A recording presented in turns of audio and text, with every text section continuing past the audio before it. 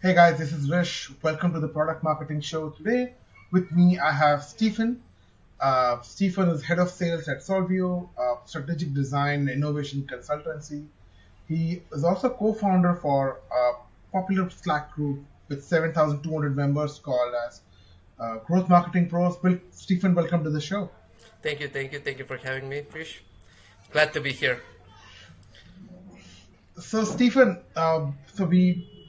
the viewers for this podcast is mostly marketers and product marketers at software companies, and all of them struggle with when they release a new feature or like a big change in their product. They wonder how do they make the best out of the product launch. Can you help us understand what are the basics anybody should take care, and what's your playbook start? Yeah, I usually have three things that I always say to people that are launching their product or launching a specific feature, is to know the why, the who, and to how. So to know the why are you releasing the product? Why are you launching it? What's the benefit that you're trying to provide? Why is it? Like, do you want to, let's say, do you have like a goal to fix some sort of hardware or to fix some sort of like specific problem that people have? That's the first thing you need to know. The second is to who. Who do you want to launch it to? Like, who is your target audience? Do you have like validated that? Like, do you know like which people will guarantee buy your product even when you launch it? So you have to know the who, and also how is to know how you can approach the product launch, how you should focus, what's the messaging is going to be, what's the content is going to be when you're launching the product. So if you know those three things and you have it like a firm grasp of your market and your target audience, it's all about picking the right time, getting the right focus, and getting it done at the end of the day. So that's our kind of like my basic advice about when you launch the product, what you should do specifically. I really loved how you said why is important, because sometimes we are struggling as marketers. Sometimes we struggle at, hey, I want to just show the use case or the benefit, and sometimes we wonder why did you start in the first place. And addressing the problem first, I think it really could help creating that vibe around the launch. In terms of people you, sorry. So in terms of launches you personally love, right? Can you take us through a couple of examples which you would have executed yourself, and like connect us through the why, how, and what you described a couple of minutes ago? Yep, for sure. So I won't say like I did it myself, because it's always a team effort, and I have to thank my team whenever we do a successful launch. Thank the team and thank the client, because everything needs to be also cohesive. So we had this example of a company that was launching. It was a SaaS company that was focusing and targeting developers, and they had their why already established, because they knew what they knew what kind of benefits that they were providing. So their why was, we're gonna help developers with API management, getting to know better their API. So they were selling an API management platform in a way. So they were focusing on launching it. Our goal was here to help them to how to launch the product. What is the proper way to get them to be viral and to get them a boost of users with their launch. So what we did was product hunt launch specifically. And we focused on getting influencers onboarded with their product. So influencers was a good way in terms of making a big hype and virality around the product, especially if you're targeting developers. As a marketer, it's very hard to actually sell to developers directly. And it's very hard, like as a marketer, to talk to developers and tell them, hey, we have this cool tool, we're just launching, please try it out. And it probably won't work, they will immediately dismiss you. So it's better to have actually influencers, people who are influential in the developer field. We call them dev advocates or dev evangelists. They have different types of names that they go for. And we kind of found them and say like, okay, we're going to group them out and we'll tell them, hey, we're making this cool product for developers. We think it is going to bring a lot of value to them. Would you think you can help us promote it? And do you love the product first? So the first thing we asked him, do you love the product? And we had 5 or 6 of them onboarded already from different areas. And it was all about getting them to promote the product. And they got like 150 users just from the launch of that product. So it was a very successful launch. And it was all about the influencers. Most of the way we do it, we always track everything when we launch. We want to know where everything is coming from, where every user is coming from. And we found out that specific use case, most of the users came from those influencers, from those promotional tweets and posts that they made. And most of the people that went and tried the product or commented or reviewed the product were from those influencers. So I would say that was a kind of an example. We mostly helped them, as I mentioned, in the how, because they already have an established why. They already knew why were they selling the product, and they knew who do they sell the product. It was very obvious they were having that benefit to a specific audience, developers, and we only helped them mostly specifically gather the how to actually launch their product. So that's a pretty example of that. We also had another example, I would say, with another client that we're currently working on. We're currently going to prepare for launch, but in this we had the problem to who. They know the why. They had the why that they were creating their product, but the problem was to who. Do they sell to developers? Do they sell to higher ups, or let's say tech leads or something like that? Or do they sell to completely different companies? And we had to, and that's all about testing then. Like when you try to find the who, it's all about testing. Get the product in the hands of those target people that you have, like 5 different targets. See which of them, how they react, gather feedback from them, get to know them, and see how they react to your product. And when you see, when you do A/B comparison, ABCD comparison, you will see which target group reacted the most positive, and which target group you think like this is the target that can be our users, and that's how you kind of define the who. So that's the who effect. The why, I would say, should be something that you should.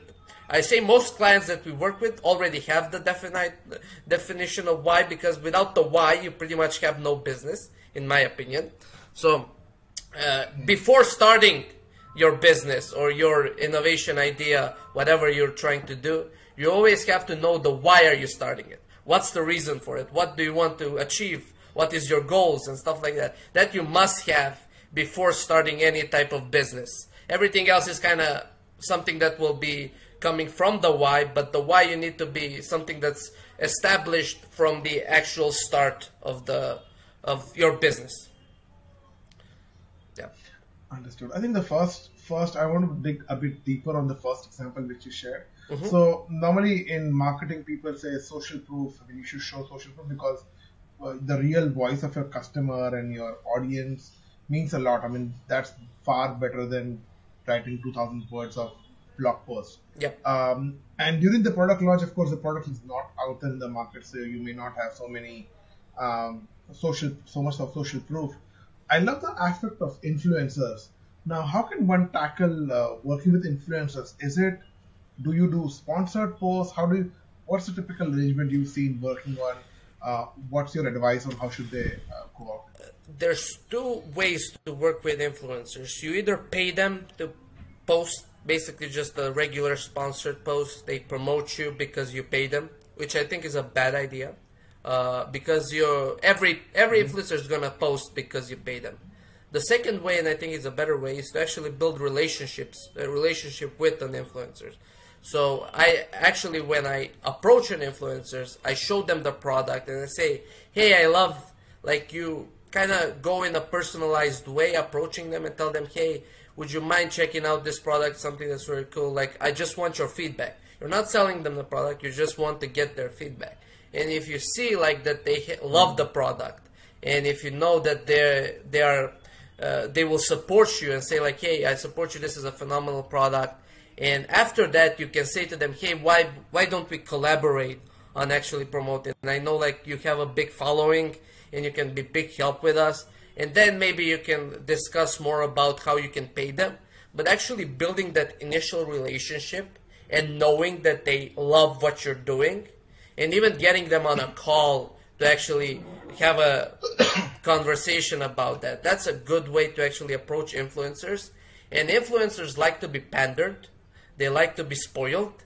So you want to be as friendly and as open with them as possible. So you want to show them that you are ready to do everything for them, not just pay them. Oh, I'm going to give you $1,000, just post. That's a greedy thing, and that works. But it's going to be a short-term thing. They're going to post about you and they're going to forget about you. Go to the next guy that pays them the $1,000. So you need to have that relationship built with the influencers to actually get the long-term effect of their influence, as we call it. Yeah. I understand. And during the product launch, what kind of content would you recommend? There are a plethora of content options. There are videos, and there are blog posts, and social media graphics. For you, what has worked in the past? Very visual content. Visual content. It can be pictures, it can be videos, it can be short-term GIFs, it can be interesting content. Even short tweets. Tweets are always good, like short tweets are always like effective. Something that's very short, very easy to understand. Visually, it can be like you can do a picture, but it can be very complicated. You have to have a picture, a visual that actually is very easy to understand. Make it easy to understand and easy for people to just say, hey, that looks great. Like when they see it, they're like, that looks great, I'm going to click on it to check it out. So your whole goal is to actually get them to check you out. And if you have something that's very complex and they have to read through and have to scroll down, have to check some different types of sites, clicks and something, you're going to lose them immediately. But have something that's very simple, very elegant, visual, that shows off the main benefits of what you're offering. More people then go like, okay, this is interesting, I'm going to click on it. And try to be, I would say like, sometimes if you have to be like a little bit different. Like if you see people do something and if you can differentiate in some way, try to do the different things, because that little different thing can broaden attention. It can be something very simple, like on Product Hunt, you know, like has a list of different companies. And you can see like all of them have a profile picture. If you put like a GIF to that profile picture and make your picture a little bit different than the others, that will make a lot of people actually click on that picture. That's a little tricks, little things that can actually bring a lot of things going for it. So those are the things that I would say like make a difference in the product launching specifically. Yeah. And in terms of channels, so I understand events could be a good place, or maybe Product Hunt could be a good place. What are the other channels one can think about, and what factors should I consider before picking my channel? Yeah, it's usually your audience, the who basically. Know where your audience are mostly active on. Like if you're, for example, if your audience is not active on Product Hunt and your product doesn't make sense to be on Product Hunt, don't do it on Product Hunt. Like if you go to beta list or go to another thing, or just don't do it at all. Like it's all about the research before what you do, like to see what your audience are on. So whenever you're doing like launching a certain feature or certain product, always try to know like where will this product be seen by the people that need to buy this. So if you promote it on a channel that people that want to buy it don't see it, then there's no point of promoting it there. So you have to know where your target audience is mostly active on. So that's the main way of discovering what channel you should use for product launch specifically. I understand. One last question. So there are lots of startups who don't have big budgets to go to an agency or go pay a lot of money on Google Ads to show ads to their audience.